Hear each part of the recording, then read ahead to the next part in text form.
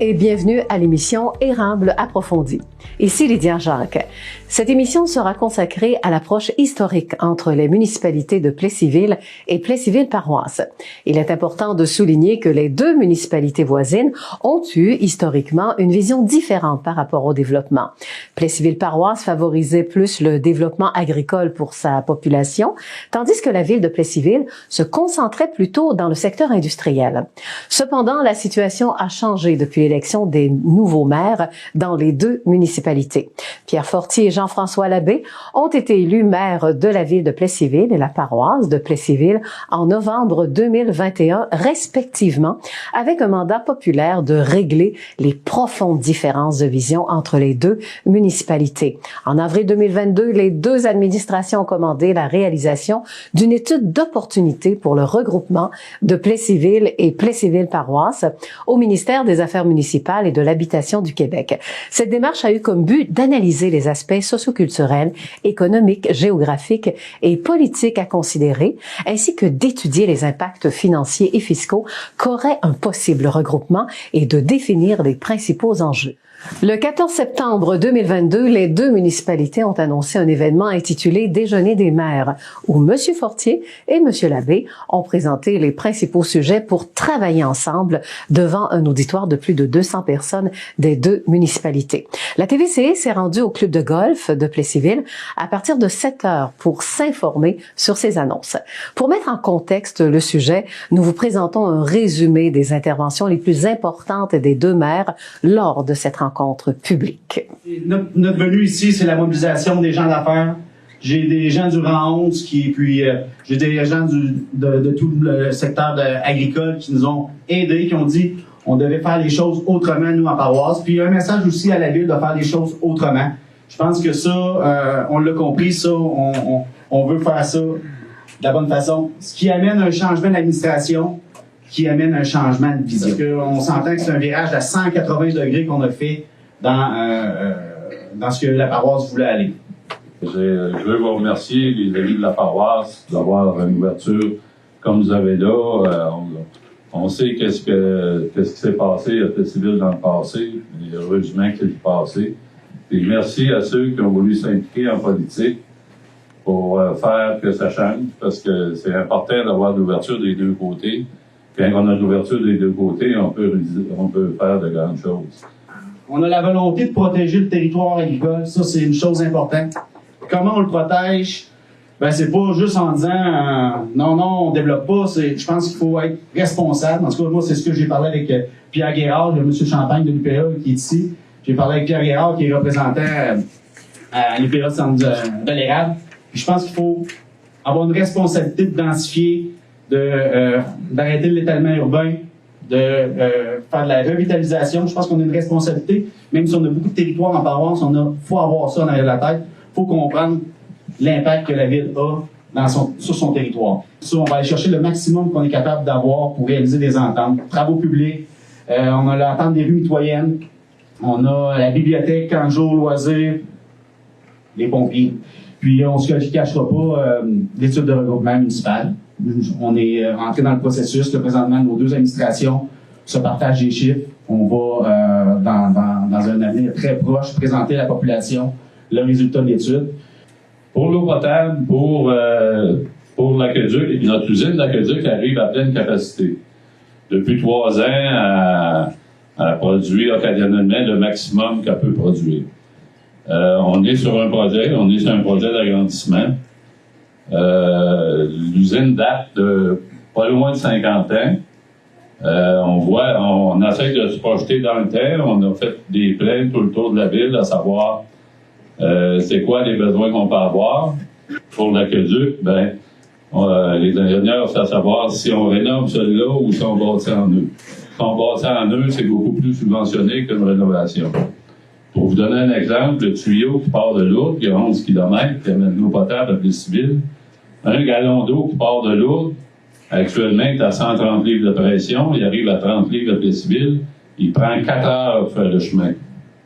Le tuyau 16 pouces, il est gros en masse, il est capable d'en prendre plus. La solution, c'est de remettre des pompes à mi-chemin pour remonter la pression, pour augmenter le débit. de ce côté-là, ça se fait quand même assez bien. Mais pour l'usine, c'est un autre projet. Le parc industriel en haut. C'est ça. Ici, c'est la 265, la route 116 qui vient par ici. Ce qui est de cette couleur-là, c'est la zone industrielle. C'est là qu'il y a un enjeu important pour la CPTAQ parce que actuellement, ce territoire-là, il est en zone agricole. Par contre, au niveau de la MRC, il est déjà zoné comme industriel. Fait que, il y a un enjeu sur le dézonage ici. Fait que, on veut faire une sortie directe à 265 pour favoriser le camionnage dans notre parc industriel. De cette couleur-là, ici, c'est le terrain résidentiel. On sait qu'on a un enjeu important, c'est les logements sur les maisons. C'est le nouveau développement qu'on veut. Ça, ici, il n'y a pas d'enjeu CPTAQ parce que c'est déjà en zone blanche. À la paroisse, on a la chance d'avoir déjà dans le périmètre urbain des terrains disponibles. Là. Rapidement, c'est environ tout près de un peu plus de 800 terrains possibles là, dans le territoire du Grand Plessisville. Là, on vous présente le projet du secteur Est parce que le projet du secteur Est va venir permettre d'enlever de la pression au centre de la ville pour pouvoir développer des terrains zonés blancs déjà sur le territoire de la paroisse. Ça fait des années qu'on aurait dû faire un plan directeur comme ça des deux municipalités pour se donner une vision.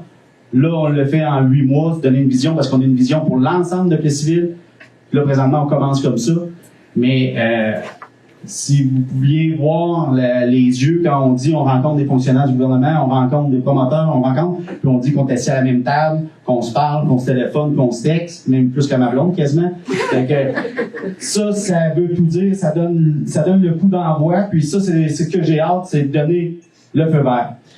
Ce qui m'amène, on se cachera pas aussi que il y a bien des fois qu'on aurait pu chicaner. Tu sais, si quand on commence à parler d'entente, on commence à parler de chiffres, puis je vous cacherai pas, là, si on n'avait pas cette volonté-là de s'entendre, on pourrait rapidement se positionner chacun sur nos positions. Puis ça, je tiens à remercier Pierre pour ça, parce que, tu sais, Pierre, il a l'expérience, moi, je suis un petit pressé.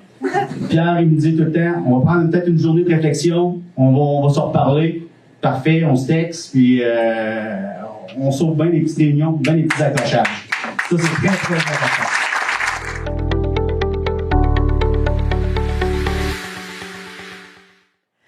Vous avez entendu les points en commun dans lesquels la ville et la paroisse de Plessisville ont décidé de travailler ensemble. Dans le désir, évidemment, de mieux informer le public, avec nos recherches journalistiques, eh bien, l'équipe de la TVC a invité messieurs Pierre Fortier et Jean-François Labbé dans nos studios. De plus, nous avons invité 2 spécialistes en eau potable et traitement d'eau pour nous informer sur les défis de l'un des projets annoncés pendant le déjeuner des maires. Nous parlons notamment de Vicky Labranche, directrice de développement durable, et Martin Lacroix, chef de service de l'hygiène du milieu de Plessisville. Nous commençons maintenant à décortiquer les sujets avec M. Pierre Fortier, maire de la ville de Plessisville. Nous allons approfondir certains sujets aujourd'hui que vous avez sûrement entendu parler dans le monde de l'actualité locale. Et pour ce faire, eh bien, je reçois le maire de Plessisville, M. Pierre Fortier. Bonjour, M. Fortier. Bonjour, Lydia. Alors, Pierre Fortier, on va revenir un peu sur ce fameux déjeuner qui a eu lieu au club de golf de Plessisville. C'était au mois de septembre. Oui, c'est ça. Et puis, il est ressorti pas mal, une belle énergie, que ce soit pour les gens d'affaires, que ce soit pour les industries, que ce soit pour nos constructeurs également, autant dans le monde communautaire que dans le monde des affaires. Est-ce que vous êtes satisfait d'avoir provoqué ce genre de déjeuner? Oui, très satisfait. On a une participation record, là. C'est la majorité des gens qui avaient dit qu'ils venaient. Il y a juste 2 ou 3 personnes qui sont pas venues. Fait que des fois, il y a des enjeux de dernière minute. Mais très, très satisfait. Puis surtout, très satisfait des commentaires qu'on reçoit depuis ce temps-là. Oui, quel genre de commentaires? Ah, tout le monde sont contents de voir la nouvelle dynamique qui s'installe dans notre grande communauté de Plessisville. Ils sont contents de voir que ça bouge. C'est important pour nous autres aussi de le communiquer, de savoir qu'on a une vision différente, puis qu'on veut travailler fort avec notre voisine, la paroisse, puis sur plusieurs projets. Fait que les gens sont contents. Puis ils sont contents aussi d'être informés, de savoir un industriel, un commerçant, ça a besoin, un homme d'affaires, une femme d'affaires, ça a besoin d'être informé. Fait que quand on est informé, puis on sait qu'il y a une direction qui se fait que C'est très apprécié. Bon. Et ça a attiré quel genre de personnes? Vraiment juste des gens d'affaires ou il y avait pas mal de gens au niveau municipal aussi? On a invité tous les gens municipaux de la MRC parce qu'il est important de voir le Grand Plessisville comme ville-centre de la MRC, ville dynamique, puis leader dans le développement. Fait qu'il y avait les politiciens de la MRC, c'est sûr. Il y avait aussi les gens d'affaires du côté commercial. On a invité les gens d'affaires du côté industriel aussi, mais de tout la MRC. Il y avait des gens de l'Easter, de Saint-Ferdinand, il y avait des gens beaucoup de gens de la paroisse de Plessisville, de la ville. Fait que tout le monde était invité. Tous ceux qui avaient un lien d'affaires, ce déjeuner-là était pour eux. Et même dans le monde communautaire aussi, je pense que les gens étaient là. Hein? Il y avait des gens du monde communautaire, oui, effectivement, mais on va faire bientôt un autre événement pour les gens du monde communautaire aussi. Bon. Maintenant, pourquoi on appelait ça un déjeuner historique, là? On va faire un historique, je pense, avec ça. Oui. En tout cas, tout le monde sait qu'on a 2 Plessisville là, depuis 167 ans, je pense, à Plessisville.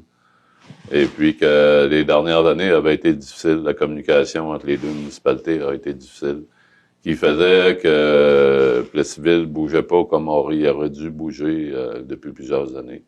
Fait que là, la volonté, ça a commencé aussi avec l'élection de l'automne passé. Hein. Il y a des gens qui se sont présentés en politique des deux côtés, qui voulaient faire changer les choses, puis ça a fonctionné. La population s'est prononcée. On a eu un message clair de la population des deux côtés. Moi, j'ai fait beaucoup de porte-à-porte, j'ai entendu le message des citoyens. Et puis, à partir de là, ben c'est là qu'on s'est mis à travailler ensemble pour un grand Plessisville sur différents dossiers. Fait que c'est pour ça que c'est historique d'être ensemble, les deux maires. Moi, à ma connaissance, ça s'est jamais fait à Plessisville.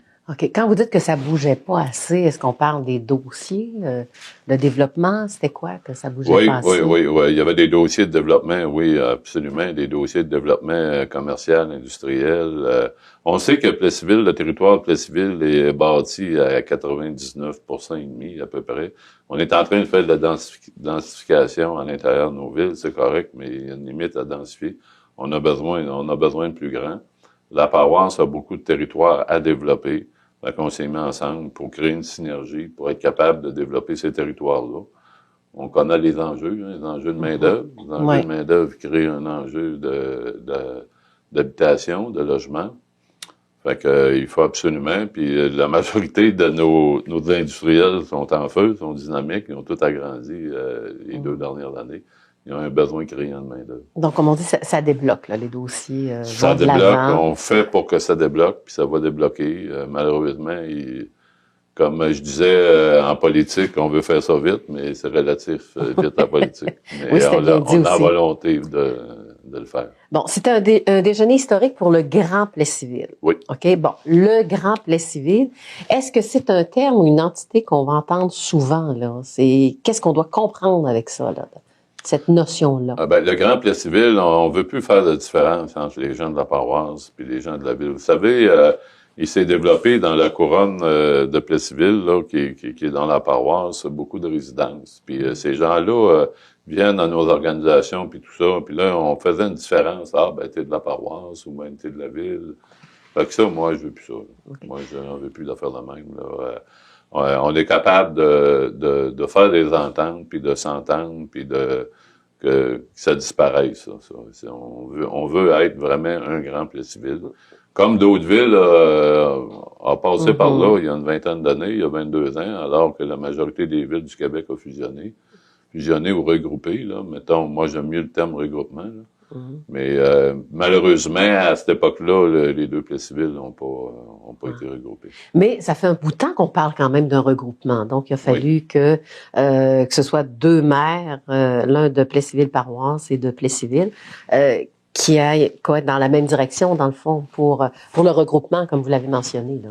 Effectivement, on peut dire à ce niveau-là que les planètes se sont enlignées, puis que là, on voit ça différemment. Ça prend de l'ouverture des deux côtés.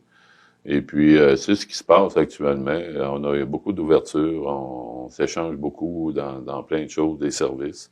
Actuellement, on a de la machinerie, nous, qui servait pas l'été, puis on va à paroisse, on va faire des travaux. Fait que c'est des choses qui sont tout à fait naturelles, là, qui se faisaient pas avant. Mais C'est une autre vision. On est complètement ailleurs de ce qu'on était parce que faut dire qu'avant que je sois maire, j'étais 4 ans conseiller. Fait que là, je connais les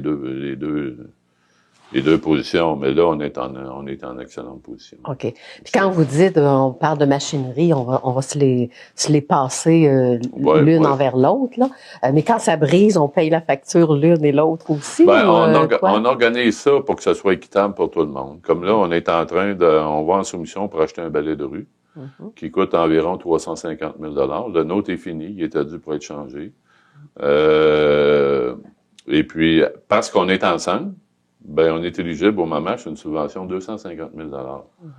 Fait que là, eux, ils ont des besoins. C'est sûr qu'ils ont beaucoup moins besoin que nous, mais nous aussi, on a des besoins. Fait qu'on partage ça selon l'heure travaillée par la machine. Ça, c'est facile à faire, ça, à ce niveau-là, qui fait que le Grand Plessisville est gagnant là-dedans. Puis la même chose, notre souffleuse à neige, est allé souffler de la neige, il va passer dans les rues de la paroisse. Notre niveleuse, là, ce qu'on appelle en anglais un grader, là, il est allé faire des chemins, des reins à la paroisse cet été. C'est un instrument qui sert pas, nous, pour l'été.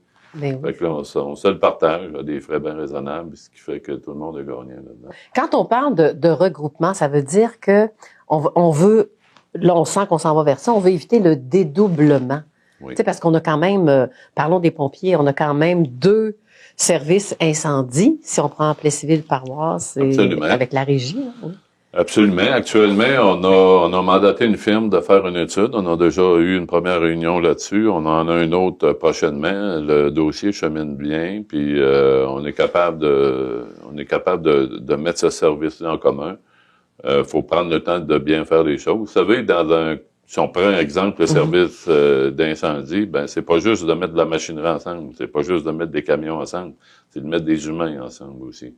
Fait que ça, il faut comprendre, il faut le faire comme il faut prendre le temps de le faire comme il faut, que tout le monde soit intégré, puis tout le monde soit respecté là-dedans. Moi, j'ai promis aux deux clans de pompiers, le CIRI, puis de la ville, j'ai dit personne va être congédié, personne va être mis dehors. Fait que à partir de là, c'est bon ce que vous dites, parce que supposons, moi je m'imagine capitaine d'un service incendie. Là, on a 2 capitaines de service incendie. Absolument. Donc là, est-ce que qui va, parce que là, il faut en prendre un.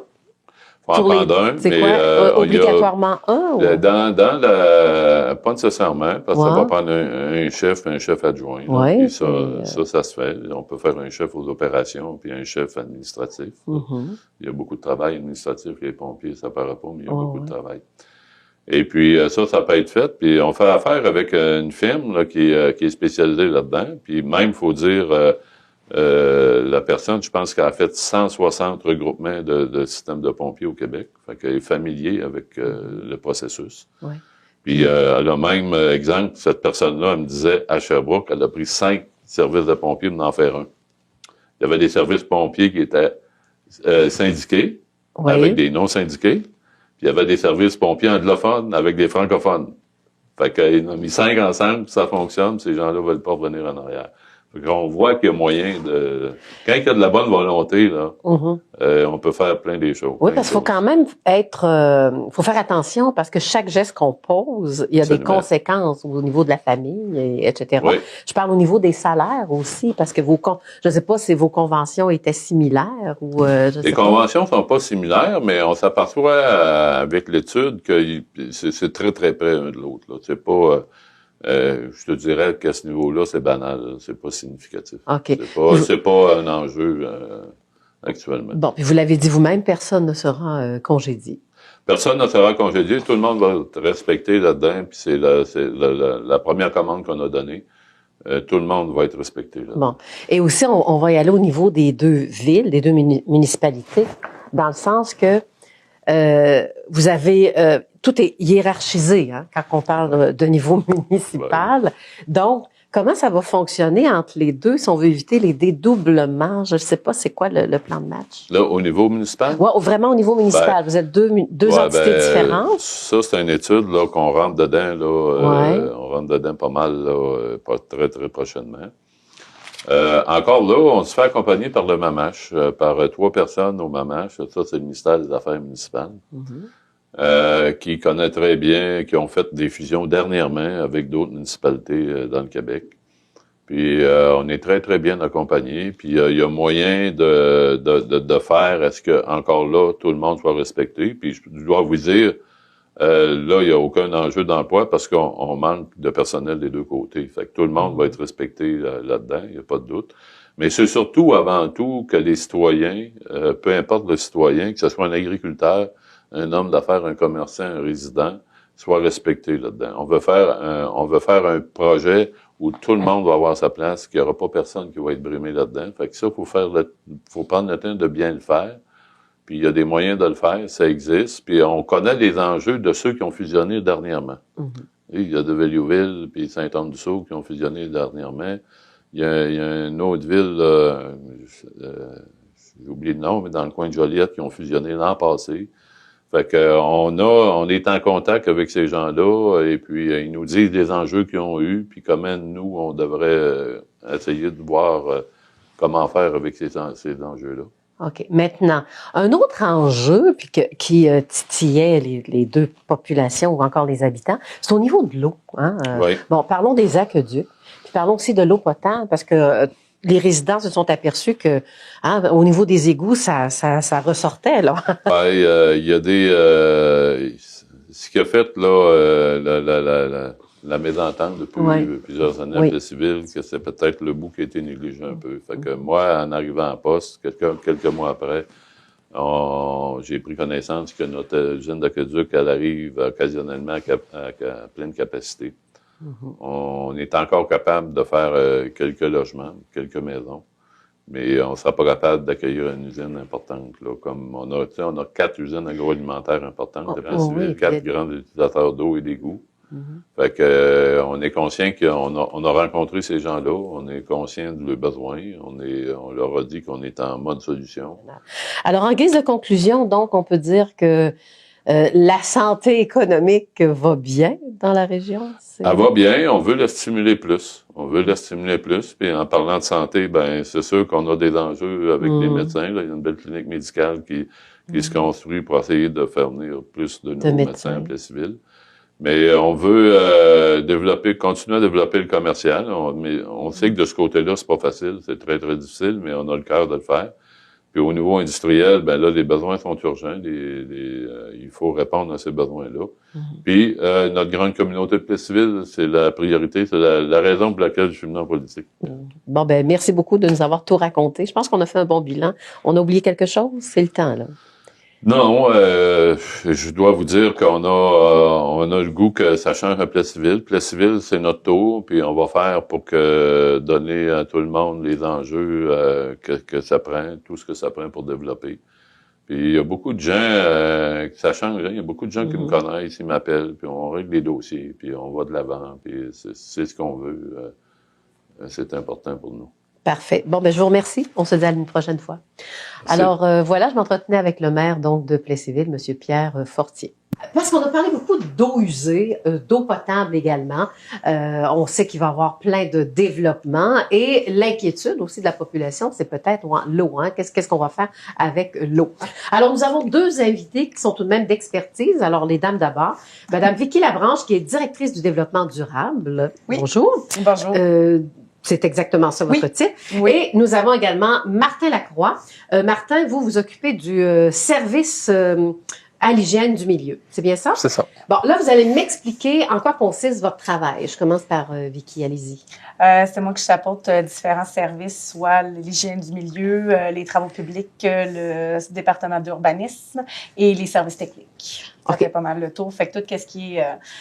dans le fond, les différents projets là, de travaux publics, de rues, d'infrastructures de rues, d'ingénierie. Donne-moi quelques exemples jusqu'à maintenant, là, le travail que vous avez effectué. Là. Comme là, on est en train de préparer les projets de réfection des rues pour l'année prochaine, 2023. Les différentes rues qui vont se refaire au niveau de l'infrastructure, aqueduc, égout, pluvial, pavage, c'est tout nous, marquage, chaussée. J'aide aussi les différents départements, l'hygiène du milieu à faire ses appels d'offres, travaux publics.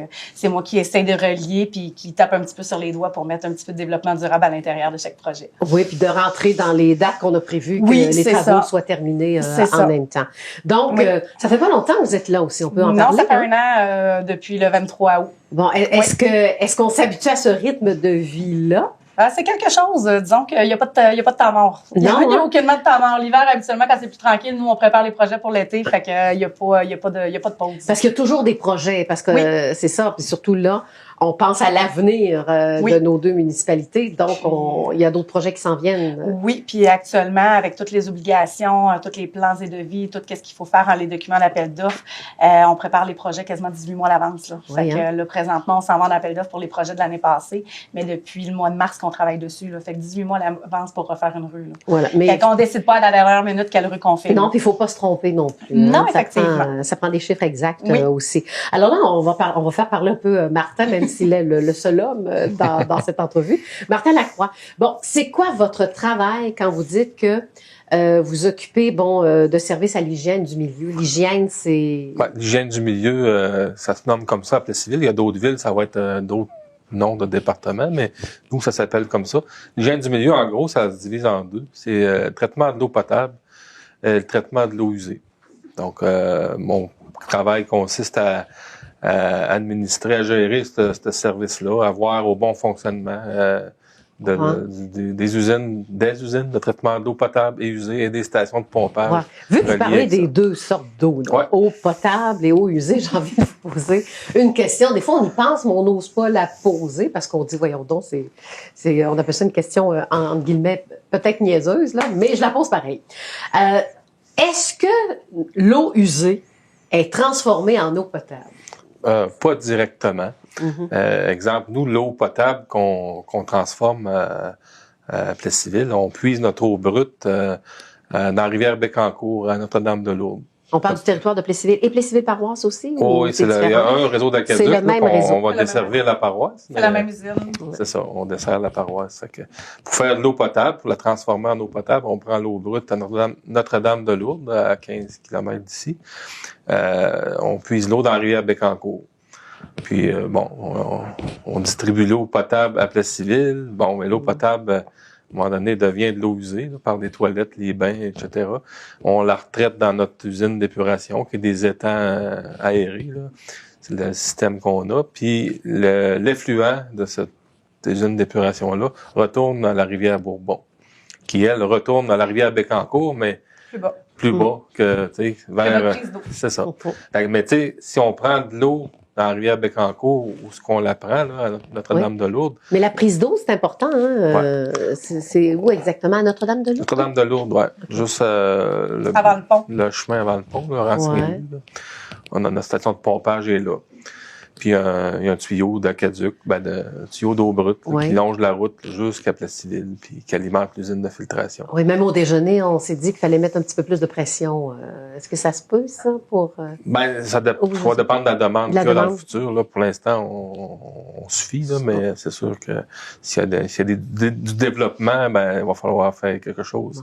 C'est peut-être pas nécessairement de la pression, mais plus du volume. Oui. Monsieur Pierre Fortier avait parlé quand même de notre usine d'eau, de filtration. Elle commence à vieillir aussi, hein? Ouais. C'est ça, là. Elle date de quelques années, 50 ans? 1973, ça va avoir 50 ans l'année prochaine. Oui, c'était mis en service. Bon, et ça, qu'est-ce que vous prévoyez du côté de la ville? Pour parler? Même si on parle pas de regroupement, il y avait déjà quelque chose de prévu quand même, parce que il y a des réglementations et des normes du ministère avec laquelle on est obligé de se conformer. Puis les normes du temps, là, dans 1973, ne sont pas les mêmes aujourd'hui en 2022. Donc, à un moment donné, le ministère de l'Environnement, là, qui nous supervise, nous a obligés à recertifier l'usine. Ça, c'est pas juste Plessisville. Restructurer. Recertifier. Une recertification de l'usine de filtration. Ça, c'est à grandeur.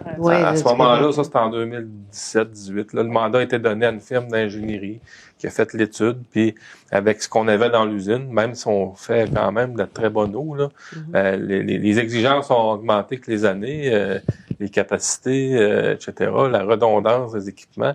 Il y a des choses qu'on n'a pas. Fait que pour se faire recertifier, il faut amener une mise à niveau de l'usine. Donc, vous faites des miracles actuellement. C'est ce que ça veut dire.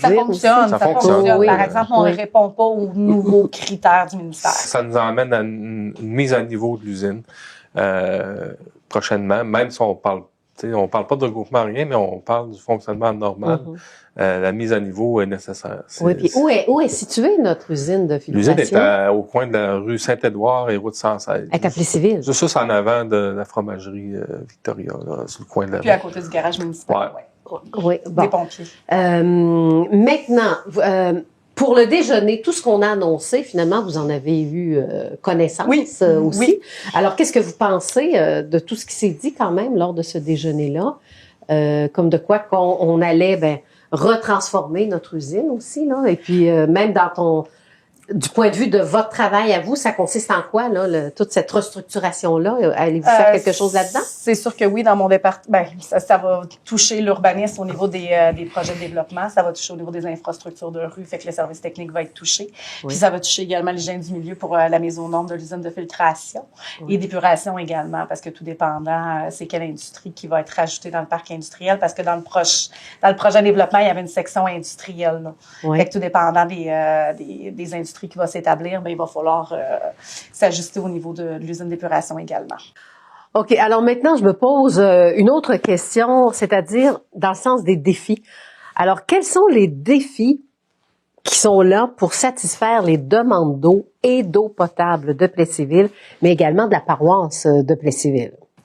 Bon, les défis pour l'eau potable et l'eau usée, en résumé, c'est d'être capable de produire de l'eau potable aux normes de 2022, 2023, pour répondre aux exigences du ministère, puis de suffire à la demande d'un développement possible.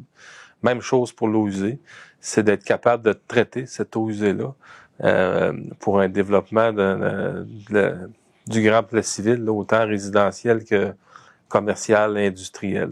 Il faut être capable de traiter les eaux usées qui vont être générées en plus de ce qu'on connaît aujourd'hui là, actuellement. Donc, c'est un peu ça, les défis, là.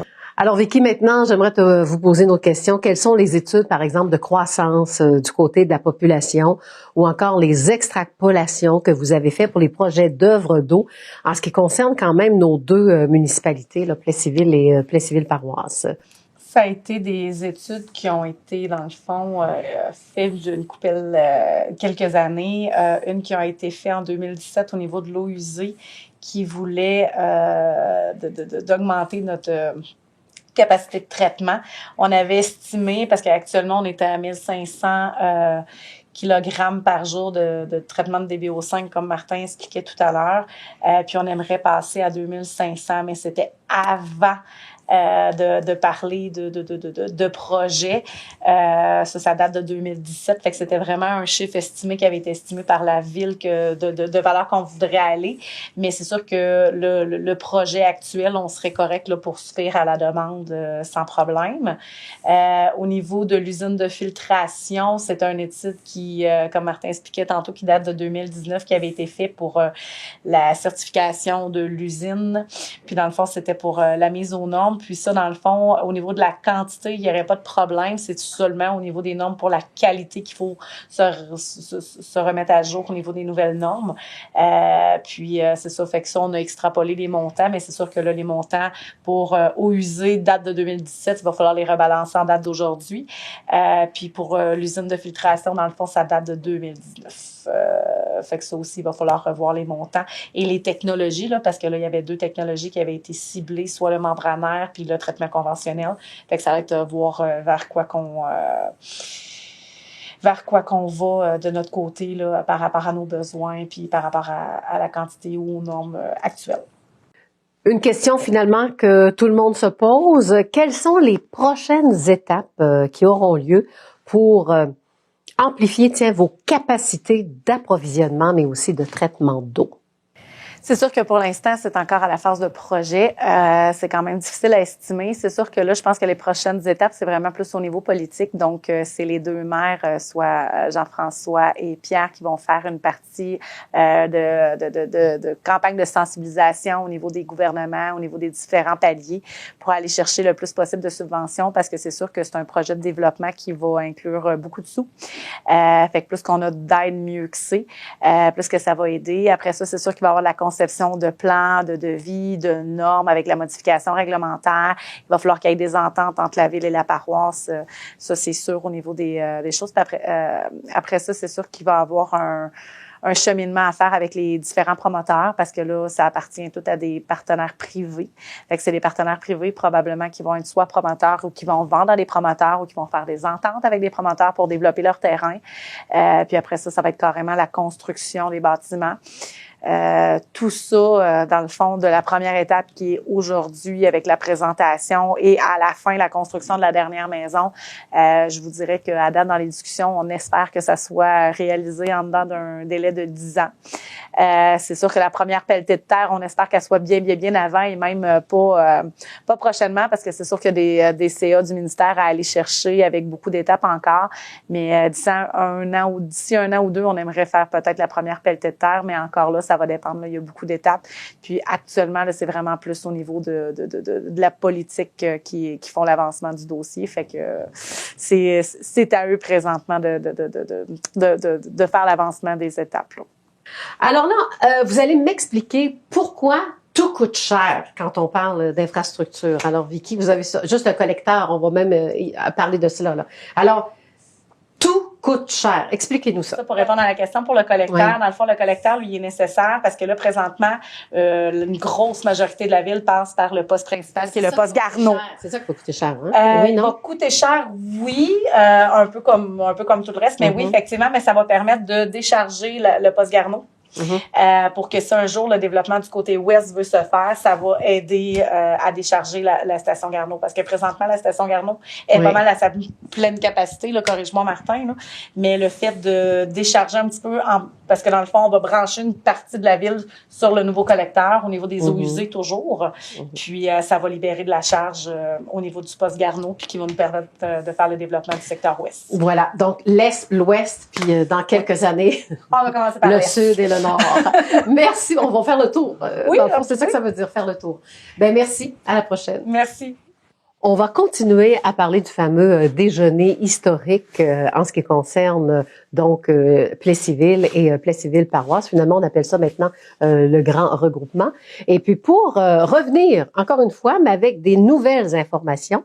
Alors, ça nous prenait, comme il l'a mentionné lui-même, quelqu'un qui est rapide pour allons-y en avant les projets pour notre développement, que ce soit dans le monde rural ou encore urbain. Alors voici donc Jean-François Labbé, maire. Là, on dit toujours maire de la paroisse de Plessisville. Ouais, je suis encore le nouveau maire de la paroisse de Plessisville là, jusqu'au début novembre. Je vais me permettre ça encore un petit peu. Ben c'est ça, parce qu'on parle aussi d'un regroupement. On a jasé avec les autres, là. Ouais, on parle pas du grand regroupement, on parle du grand Plessisville. Oui. Mais oui, entre les deux municipalités, on parle éventuellement d'un possible regroupement. L'étude est en cours présentement, puis on devrait avoir un peu les premières analyses là, dans les prochaines semaines, mois là. Au niveau de novembre, décembre, on va commencer à avoir les chiffres de ce travail-là. Je tiens à saluer le travail des employés municipaux des deux municipalités, autant ceux de la paroisse que ceux de la ville. Il faut s'asseoir ensemble, puis se partager le budget, puis se partager. C'est ça, quand vous parlez des chiffres, on parle de budget. C'est vraiment le budget, puis les postes budgétaires. C'est un petit travail de moine là, qui se fait avec la collaboration du ministère des Affaires municipales, là, la direction régionale à Victoriaville, là, qui nous accompagne à travers ça. Oui, pour savoir au moins hiérarchiser tout ce qui est système entre les deux. Exact, pour savoir... puis avoir les mêmes postes budgétaires. C'est vraiment technique, mais une fois que c'est fait, après ça, on va pouvoir parler de la même façon. On va pouvoir parler que ça, c'est un bas vert, c'est pas un bas bleu, c'est un bas vert. Donc, c'est plus facile dans les discussions par la suite. Puis j'ai remarqué qu'on commence à éviter le dédoublement aussi. Là. Ben, donc, c'est un peu l'objectif. Là, dans la dernière année, on a travaillé à des ententes, puis on essaie de comment on peut faire autrement, au lieu de dédoubler les services, comment on peut faire autrement, dans le sens que offrir un service différemment, puis peut-être complémentaire avec ce qui est offert, pas juste à Plessisville, mais avec les autres municipalités autour de la paroisse de Plessisville.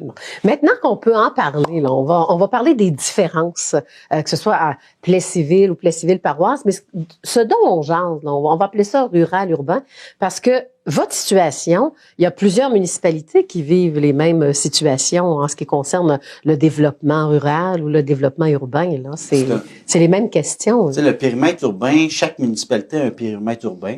Puis quand on dit urbain, c'est que on urbanise, on met des plus petits terrains pour pouvoir mieux occuper le territoire. Ça, c'est l'objectif. Puis après ça, il y a le rural qui est autour. Mais les défis de chaque municipalité, ça se ressemble, là. On prend Princeville. Princeville, il y a du urbain, il y a du rural. Je parle à Notre-Dame-de-Lourdes. C'est sûr qu'en paroisse, moi, je leur dis, on n'a pas de centre-ville. On n'a pas, tu sais, je peux pas faire une rue pour avoir un centre-ville. J'en ai pas. Le centre-ville de ma municipalité, c'est le centre-ville de la ville. Donc, je pense que ça, faut être réaliste pour dire, on a une responsabilité dans ce centre-ville. Faut être conscient de ça. Faut être conscient de ça. Comme un peu, on parle là, présentement de l'église Saint-Calix. Oui, là, exactement. Comment on la voit, on veut la garder, c'est un patrimoine religieux. On a une responsabilité, je pense, de au moins étudier, analyser. Je pense que là, il y a une consultation publique qui est en cours, qu'on invite la population à venir donner. Faut savoir combien ça va coûter aussi. Moi, c'est ma première question. Tu sais, on a un patrimoine, c'est le patrimoine religieux qui est là. Mais tu sais, ça, faut faire la distinction entre les deux, le patrimoine puis la religion. Oui. Qu'est-ce qu'on veut faire avec ce patrimoine? Pour pas que ça devienne un puits sans fond. Exactement. Je pense que c'est un des rôles d'un gestionnaire, d'un conseil municipal, de gérer les finances publiques d'une municipalité. Mais en même temps, faut être à l'écoute, faut consulter, peut-être qu'on va avoir des idées qui vont venir de la population. On voit plein d'églises à travers le Québec qui se transforment, qui peuvent fonctionner. L'espace Sophia, à Villeroy, il y avait l'église. Mais à un moment donné, on parlait même d'un chemin de Compostelle, les arrêts dans toutes les églises. Tu sais, il y a des choses possibles. Là. C'est pas les idées qui manquent, mais non plus pas pour Plessisville et Plessisville paroisse. Non, c'est pas les idées qui manquent dans le Grand Plessisville. Ben oui, là, on a jasé pour pas prendre les mêmes sujets de ceux qui sont déjà passés. Bon, on a parlé que du côté du développement, là, il y aurait 800 nouvelles unités ou de portes, hein, pour bien comprendre aussi la nuance. Là, c'est 800 terrains. C'est 800 terrains? Terrains qu'on évalue, parce que là, on est en début de discussion, donc on n'a pas un plan de lotissement de fait, on est en début. Là, présentement, il faut juste se faire un plan directeur. Les municipalités ont ça. Oui. Je pense que ça fait très longtemps, mais ça fait des années que les deux municipalités auraient dû se parler ensemble pour avoir un plan directeur. À long terme. À long terme, là, dans les 40 prochaines années, qu'est-ce qu'on veut développer? Là, c'est un peu ça qu'on a fait dans la dernière année. On s'est dit, quel secteur, quoi revitaliser? Maintenant, on a un portrait. Puis, tantôt, on en parlait un petit peu, là, protéger la zone verte. Puis, nous, à la paroisse, on a déjà beaucoup de territoires en zone blanche qui est prêt à être développé. Bon, ce qu'il faut comprendre, c'est que avant qu'arrivent des habitants, hein, c'était agricole partout. C'est ça. Donc, il y avait déjà de l'urbanisation dans certains secteurs. Mais il faut comprendre pourquoi à chaque fois qu'on ajoute du terrain qui devient rural, c'est parce qu'on est allé, c'est-à-dire urbain, on est allé en demande d'exclusion de la zone verte. Verte, c'est ça. Donc, plusieurs municipalités, là, présentement, qui sont à revoir leur plan d'aménagement, qui vont demander des zones d'exclusion, d'agrandir leur périmètre. Ça, quand on fait ça, il faut avoir une vision sur 10 ans, 20 ans, puis on va devant la CPTEQ, puis on dit, on aimerait avoir telle portion de terrain parce que on voudrait faire 20 maisons pour les 10 prochaines années. Donc, c'est 2 par année. Nous, c'est un peu ça qu'on a établi. Avec le blanc actuellement qu'on a, c'est près de 800 terrains, mais on parle de 800 terrains qui peut être du unifamilial, du jumelé, du multilogement. Donc, ça, c'est un potentiel énorme pour la grande région de l'érable. C'est marquant. Bon, c'est ça. Donc, ça vient à me dire, comme prenons une personne qui est comme agriculteur, parce que prenons la force des deux municipalités, là. Allons-y avec vos forces. La force de Plessisville-Paroisse, c'est l'agriculture. Ben oui, c'est sûr que c'est puis la force de Plessisville, c'est les commerces. Mais en même temps, les forces, c'est les deux ensemble. Puis je pense que c'est ça que j'ai remarqué. En tout cas, l'année dernière, je commençais ma campagne électorale, puis c'est ce que j'ai senti, c'est que le monde rural disait qu'on avait une responsabilité à s'occuper de l'urbain aussi. Puis l'urbain a une responsabilité à s'occuper de rural. C'est pas on s'occupe de notre bord puis vous occupez de votre bord. C'est les deux. Faut réaliser que si on protège pas le territoire agricole, si l'urbain ne le protège pas, on n'en aura plus de territoire agricole qui est super important. La même chose, c'est que si on veut pas développer le territoire agricole, faut s'occuper de l'urbain. Donc, faut être responsable de revitaliser les secteurs, de faire de l'aménagement du territoire, de la densification. Donc, ça, c'est ce qu'on a. Je pense que c'est la grosse différence là entre les deux municipalités présentement. Quand on s'est dit qu'on avait une responsabilité, puis quand j'ai vu Pierre, oui, on parle du secteur S, mais le secteur S permet de revitaliser certains secteurs à l'intérieur même de la ville de Plessisville qui serait démoli puis qui va permettre plusieurs multilogements. Là. Donc, c'est aussi important pour nous de se permettre ça parce qu'on va avoir du logement abordable, on va avoir de la garderie, du service à l'éducation. Donc, ça, je pense que c'est fondamental que comme conseil municipal, comme maire, que j'affirme qu'on a une responsabilité. Voilà. Et ça m'amène à vous poser la prochaine question, parce que souvent, quand on veut développer, c'est sûr qu'on arrive devant les problèmes, et les problèmes, faut comme les transférer, faut servir des problèmes pour que ça devienne une solution. Ça, moi, j'adore ça, parler comme ça, parce que on va donner comme un exemple, là, le problème qu'on peut avoir, comme ce qui a été réglé dans les villes à cause qu'on n'avait plus de terrain pour construire, là, on va construire des logements. Hein, donc, on y va plus comme en hauteur, on fait comme les grandes villes. Hein, ça, c'est une bonne idée. Mais pour les agriculteurs, là, je me dis, est-ce qu'il y a moyen de faire parce que tout le monde s'en vient un jour ou l'autre, on va tous devenir écolos, tout le monde va avoir son jardin. On a même commencé à planter des choux sur les grands édifices à Montréal. Tu sais, il y a de quoi qui se passe. Des petites fermettes à louer, là, on n'en trouve pas. On a de la misère à en trouver. Ils sont très rares. On peut même plus bâtir des petites fermettes. Oui, non? Je sais pas. Tu peux bâtir des petites fermettes là, si tu trouves un terrain suffisamment grand. Mais une chose qui est sûre, c'est que la zone dynamique du monde agricole, ça, on ne veut pas y toucher. Puis ça, je vais être le premier à défendre cette zone-là dynamique, qui est pas... faut la défendre, faut la protéger. Donc, dans le sens que, oui, ici à la MRC, on a un projet pilote qui s'appelle Ferme 59, qui permet la construction avec des projets agricoles à temps partiel. Et ça, c'est où? Ça, c'est à la MRC qui dépose ça avec la CPTEQ. C'est une délégation de pouvoir qu'on a eue. Au niveau de la MRC, là. C'est ça. Non. Donc là, on a, moi, je siège sur le Conseil régional agricole qui décide des projets qui nous sont présentés. Il y a 3 élus de la MRC avec 3 élus de l'UPA. Mais donne-moi un exemple. À Sainte-Sophie, dans les montagnes, un projet d'une résidence qui est venue s'installer dans un rang, occuper un territoire dans un rang. Tu sais, on en a besoin de familles dans des rangs. Mais à travers ça, pour pouvoir bâtir, il y a eu un projet à temps partiel agricole. Je pense que lui, ce projet-là, c'est des coques à chair qu'il va pouvoir, dans une économie circulaire, là, il va pouvoir faire. Là. Mais il y en a plusieurs autres projets là, à Sirica, il y en a plusieurs des montagnes, Sainte-Sophie. On dit des montagnes parce que c'est là que c'est moins cultivable. C'est moins dans le forestier. Tu sais, il faut être réaliste pour aller dans le forestier, un peu de champ, mais pas dans la zone dynamique là, qui est très précieux là, pour les grandes cultures. OK. Puis ça, les agriculteurs, le point de vue des agriculteurs, vous l'avez dit vous-même, vous avez fait du porte-à-porte. Est-ce qu'il y en a qui vous ont lancé certains projets parce que là, vous avez sûrement parlé du regroupement en même temps en étant en élection, là. Oui. On a parlé c'est sûr et certain que le doute sur le regroupement, qu'est-ce qu'il va y avoir, mais tu sais, dans le sens qu'on n'est pas si différent des autres municipalités. Il y a Princeville, ça fait plus de 20 ans là, qu'ils sont regroupés. C'est fait. Puis il y a du monde rural avec... tu sais, c'est pas... la réalité, là, je pense qu'une fois qu'on prend le temps d'expliquer, puis on prend le temps de la lucidité, puis de façon rationnelle de voir les choses, je pense qu'on est capable de vivre ensemble, on est capable de faire des choses ensemble. Puis moi, j'ai des amis de la même âge que moi, là, puis ils ont des familles, puis c'est aussi important pour leurs enfants, puis pour leurs conjointes ou conjoints, d'avoir accès à des activités. Oui, les forces. Mais prendre ensemble toutes les forces de chacun, c'est merveilleux. Toutes les forces de chacun. Puis c'est pour ça que dans le déjeuner des maires, ça, c'est une des choses que je suis vraiment content, c'est qu'il y avait beaucoup d'entrepreneurs agricoles à ce déjeuner-là.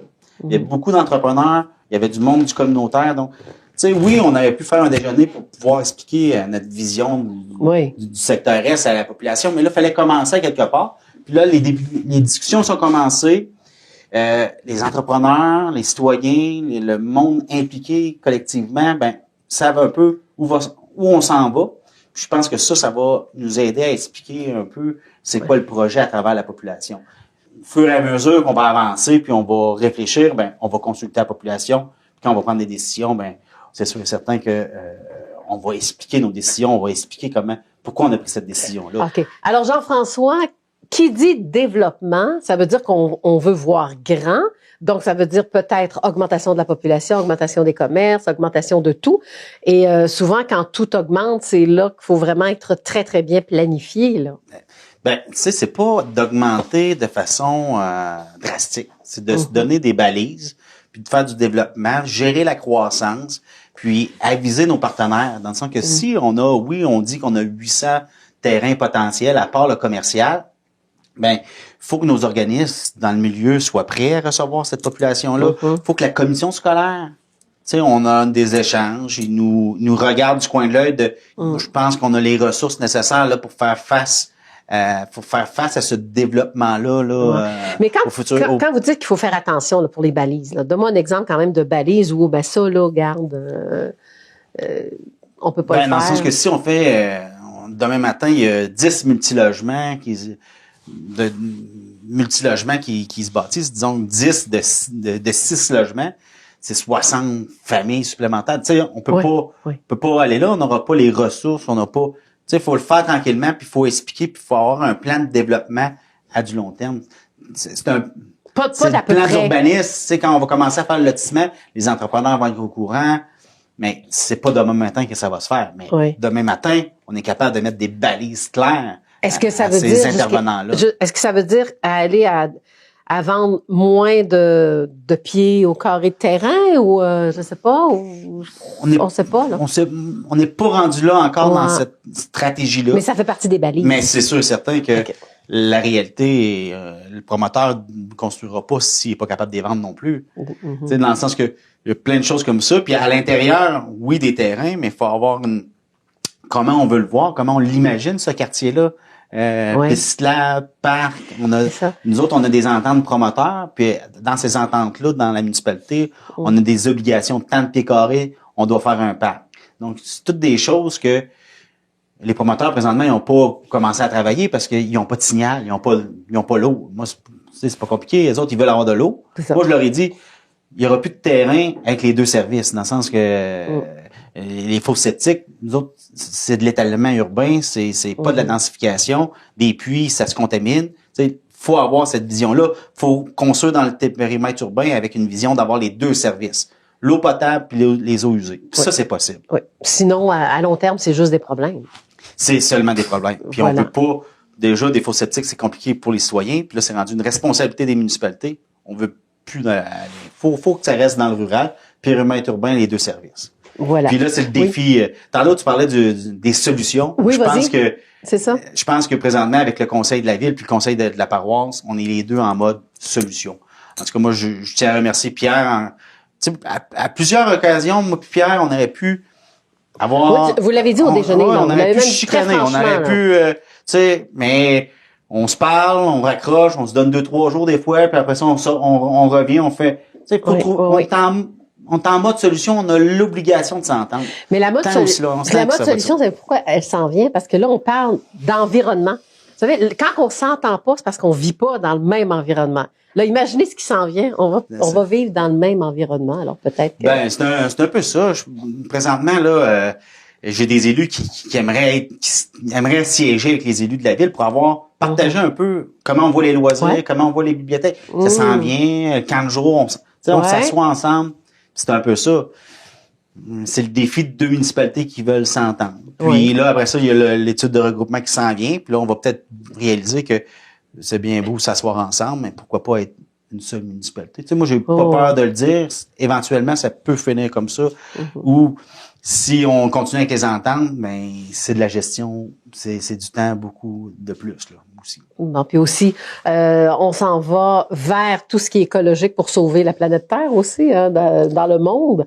Donc, le petit pas va devenir un grand pour une communauté. Là. Ben c'est ce qui me frappe le plus là présentement au Conseil des maires. Ça, c'est cette notion-là d'avoir une vision régionale. Ça, je l'apprécie beaucoup. Toutes des nouveaux, tu sais, la moitié c'était des nouveaux maires, puis après ça on a des maires avec expérience que c'est le fun, on apprend. Moi, j'apprends beaucoup. Deux hommes d'affaires aussi, deux hommes d'affaires qui réussissent dans la vie. Puis on se donne comme tu sais, une obligation de s'entendre aussi parce que c'est le bien collectif qui nous gouverne là-dedans. C'est pas Notre-Dame-de-Lourdes, c'est pas Laurierville, c'est pas Plessisville-Ville. C'est comment on peut faire pour la région. Pour la MRC. C'est comme un parti politique. Maintenant, c'est que peux-tu faire pour ton parti? Alors, que peux-tu faire pour la MRC de l'érable? Tu sais, dans le sens que c'est à nos citoyens. Nous autres, on travaille pour le citoyen. Puis si c'est gagnant d'avoir des ententes entre nos municipalités puis d'avoir une vision régionale dans le développement, pourquoi pas? C'est un peu ça que présentement, c'est facile au conseil parce qu'on pense comme ça.